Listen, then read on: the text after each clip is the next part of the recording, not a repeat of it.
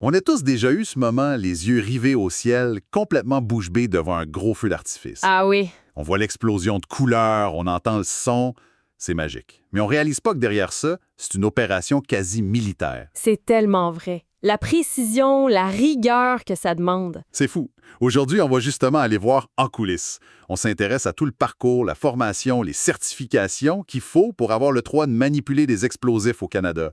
Et vous allez voir, c'est un monde pas mal plus rigoureux qu'on pense. C'est exactement ça. Notre mission aujourd'hui, c'est vraiment de décortiquer le chemin pour devenir une personne qualifiée dans ce domaine. Et pour ça, on a les sources. Oui, on a les deux documents de référence. D'un côté, le règlement de 2013 sur les explosifs du gouvernement. Le code de la route, en quelque sorte. Exactement. Et de l'autre, le manuel de l'artificier, qui est plus le guide pratique, le manuel de terrain. C'est avec ça qu'on va comprendre comment on passe de simple spectateur à la personne qui appuie sur le bouton. Et ce qui est intéressant, c'est que ça dépasse juste les feux d'artifice de Saint-Jean. Ah, tellement. On va toucher à la fabrication industrielle, aux explosifs dans la construction. La question, c'est, mais comment on forme quelqu'un pour manipuler ça de façon sécuritaire? Fait que plongeons là-dedans. Allons-y. Pour commencer, ça prend une base légale, un point de départ. Et ça, c'est le règlement sur les explosifs. Il y a des règles qui semblent du gros bon sens, mais il faut qu'elles soient écrites noir sur blanc. Par exemple, l'âge minimal Oui, il faut avoir au moins 18 ans pour toucher à peu près à n'importe quel explosif. et une autre qui semble évidente, mais qui est cruciale. L'interdiction de manipuler des explosifs sous influence, alcool, drogue, n'importe quelle substance qui diminue les facultés. C'est tolérance zéro, j'imagine. Le règlement ne laisse aucune place à l'interprétation là-dessus. C'est zéro.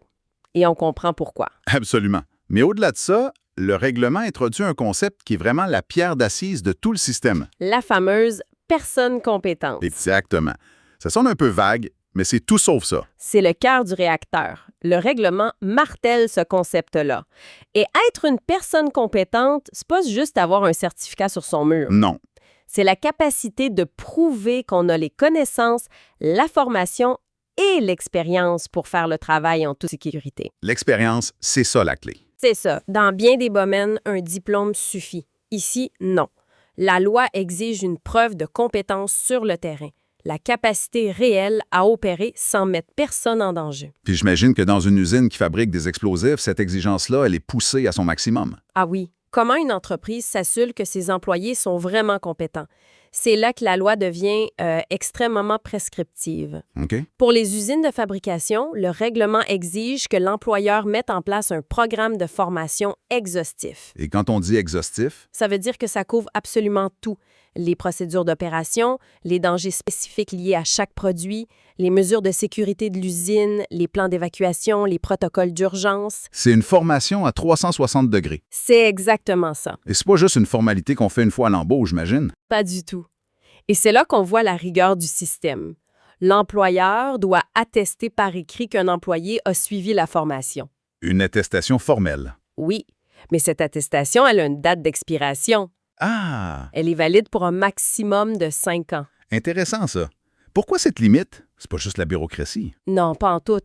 Pense à la technologie des systèmes de mise à feu. Ça a évolué à une vitesse folle. C'est vrai. Une certification à vie serait dangereuse.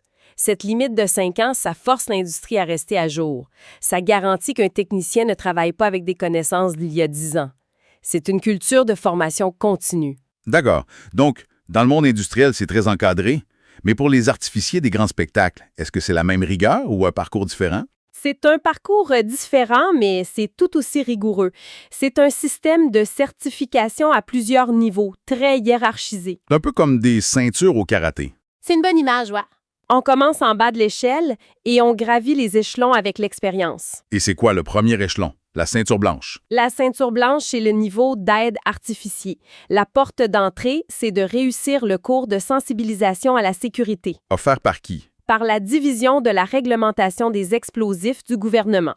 C'est la base. On y apprend surtout les dangers, ce qu'il ne faut pas faire. On est là pour aider sous supervision constante. Exact. Et ensuite, comment on monte en grade pour devenir celui qui prend les décisions? Pour passer au niveau suivant, artificier ou artificier surveillant, là, la théorie ne suffit plus. Ah, Et c'est un point crucial. La loi est très claire. Il faut avoir été aide artificier pendant au moins 2 ans. 2 ans. et surtout avoir participé à un minimum de 3 spectacles pyrotechniques. 3 spectacles. Donc, l'expérience pratique est obligatoire. C'est non négociable. On ne devient pas artificier juste en lisant des manuels. Il faut avoir été sur le terrain, dans le stress d'un montage, avoir vu comment les choses peuvent mal tourner. Et au sommet de cette pyramide, il y a les vrais experts, j'imagine. Ceux qu'on appelle pour les missions spéciales. C'est exactement ça. C'est le niveau d'artificier avec mention, les forces spéciales de la pyrotechnie. Et ça prend une mention pour faire quoi, par exemple? Le règlement est précis pour utiliser des bombes aériennes de très gros calibre, genre plus de 155 mm. Celles qui font les immenses pivoines dans le ciel. Oui, ou pour les effets nautiques qui explosent sur l'eau, et surtout pour les mises à feu depuis des sites complexes. Comme un toit de gratte-ciel? Un toit, un pont, une plateforme flottante, chaque mention demande une formation de plus validée par un superviseur. C'est la reconnaissance d'une expertise de pointe. En fouillant dans les sources, je suis tombé sur un truc qui m'a surpris, le certificat d'artificier visiteur. Mhm. Ça veut dire qu'on pourrait faire venir l'expert qui a fait les feux du Nouvel An à Sydney pour un spectacle à Montréal? Précisément, c'est exactement à ça que ça sert. C'est une certification spécifique pour les experts étrangers. OK. S'ils veulent venir travailler ici, ils doivent prouver qu'ils ont une formation et une expérience équivalentes aux standards canadiens. C'est un genre de passeport pour l'expertise. Ça garantit que peu importe d'où vient l'artificier, les normes de sécurité d'ici sont respectées. C'est ça. Ça montre que le domaine est assez standardisé au niveau mondial. D'accord. On a les certificats, la hiérarchie, mais sur le terrain concrètement, on apprend quoi dans le fameux manuel de l'artificier? C'est pas juste comment allumer une mèche, j'imagine. Loin de là. C'est extrêmement technique. D'abord, on apprend à classer les pièces. C'est-à-dire? On distingue les pièces à projection, comme les bombes qui montent, de celles à émission, comme une fontaine qui reste au sol. La gestion du risque n'est pas la même, j'imagine. Pas du tout. On apprend aussi à maîtriser l'équipement, les mortiers, les bâtis qui les ancrent au sol, les systèmes de mise à feu électroniques pour tout synchroniser. Et j'imagine qu'une grosse partie, c'est de savoir où installer tout ça. C'est pas juste de dire, mettons les mortiers là, ça va être beau. C'est une science en soi. La planification du site, c'est fondamental.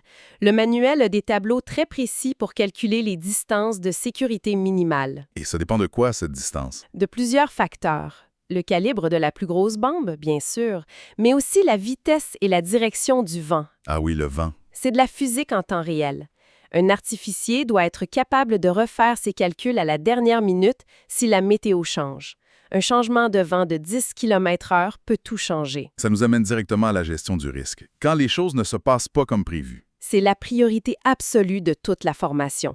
La sécurité du public, de l'équipe, ça passe avant le spectacle. Le manuel est rempli de protocoles d'urgence. Un exemple. Exemple classique. OK. Le raté de mise à feu. Une bombe qui reste coincée dans son mortier. OK. Qu'est-ce qu'on fait? La règle est absolue. On attend 30 minutes avant de s'approcher. 30 minutes complètes. 30 minutes. Ça doit être une éternité dans le feu de l'action. Et crois-moi, ce sont les 30 minutes les plus longues de ta vie. Tout le spectacle est en pause, des milliers de personnes attendent, la musique est coupée. Et toi, tu peux rien faire. Rien. Tu regardes le tube et tu respectes le protocole, parce qu'une combustion lente pourrait encore déclencher l'explosion. C'est là que la discipline et la formation l'emportent sur la pression.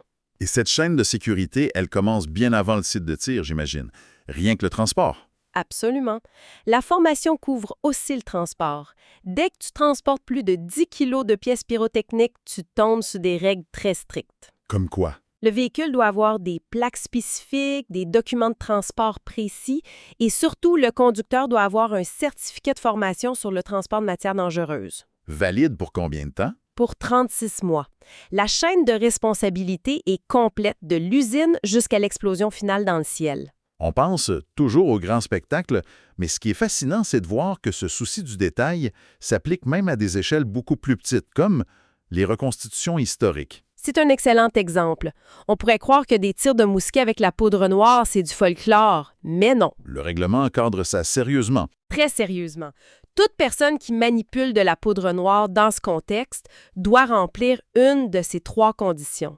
Soit avoir une expérience démontrable, soit avoir suivi un cours certifié, soit être sous la supervision directe d'une personne qualifiée.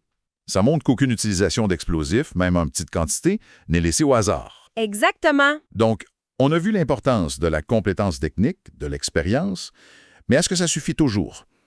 Surtout quand on parle d'explosifs beaucoup plus sérieux que les feux d'artifice. C'est un point fondamental. Et la réponse est non. Quand on sort des spectacles pour entrer dans le domaine des explosifs à risque élevé, la compétence technique ne suffit plus. On parle de quoi, là? Des explosifs industriels pour les mines, les carrières, la démolition, ou des explosifs à des fins militaires, policières. Et là, qu'est-ce que l'État exige de plus? Pour avoir accès à ces produits-là, il faut obtenir une lettre d'approbation directement du ministre. Et cette approbation n'est pas basée sur des compétences. Non, elle est basée sur la confiance. Elle dépend d'une vérification du casier judiciaire. Ah! Le règlement liste une série d'infractions criminelles qui mènent à un refus automatique. Ça soulève une question essentielle. Laquelle? Pour les explosifs les plus dangereux, l'État ne vérifie pas seulement ce que la personne sait faire, mais aussi qui elle est. La sécurité nationale entre en jeu. En résumé, ce qu'on découvre, c'est que la formation dans le monde des explosifs au Canada, c'est un système incroyablement structuré. Très structuré, oui. C'est un parcours progressif, basé sur l'expérience terrain, la formation continue. Un mélange de savoir théorique très strict, dicté par le règlement, et de compétences pratiques, guidées par le manuel de l'artificier. C'est un bon résumé. La prochaine fois qu'on verra un feu d'artifice, on aura une perspective complètement différente sur le niveau de professionnalisme et la rigueur qui se cache derrière chaque étincelle. Tout à fait. Et ça nous laisse avec une dernière pensée, une réflexion. Je t'écoute. Les règlements, les manuels, ils sont parfaits pour former des professionnels à gérer des procédures connues, des risques calculés. Ils créent des experts dans l'application de protocoles. Mais la question qui se pose, c'est comment ce système très encadré prépare-t-il ces mêmes professionnels à gérer l'inattendu, l'imprévu total? Donne-moi un exemple. Qu'est-ce qui se passe-t-il si un drone non identifié survole ton site de tir 1 minute avant le début du spectacle? Ça, ce n'est dans aucun manuel. C'est vrai? Et c'est peut-être là qu'on voit la différence entre la compétence et la véritable expertise, cette capacité à improviser intelligemment quand les règles ne s'appliquent plus.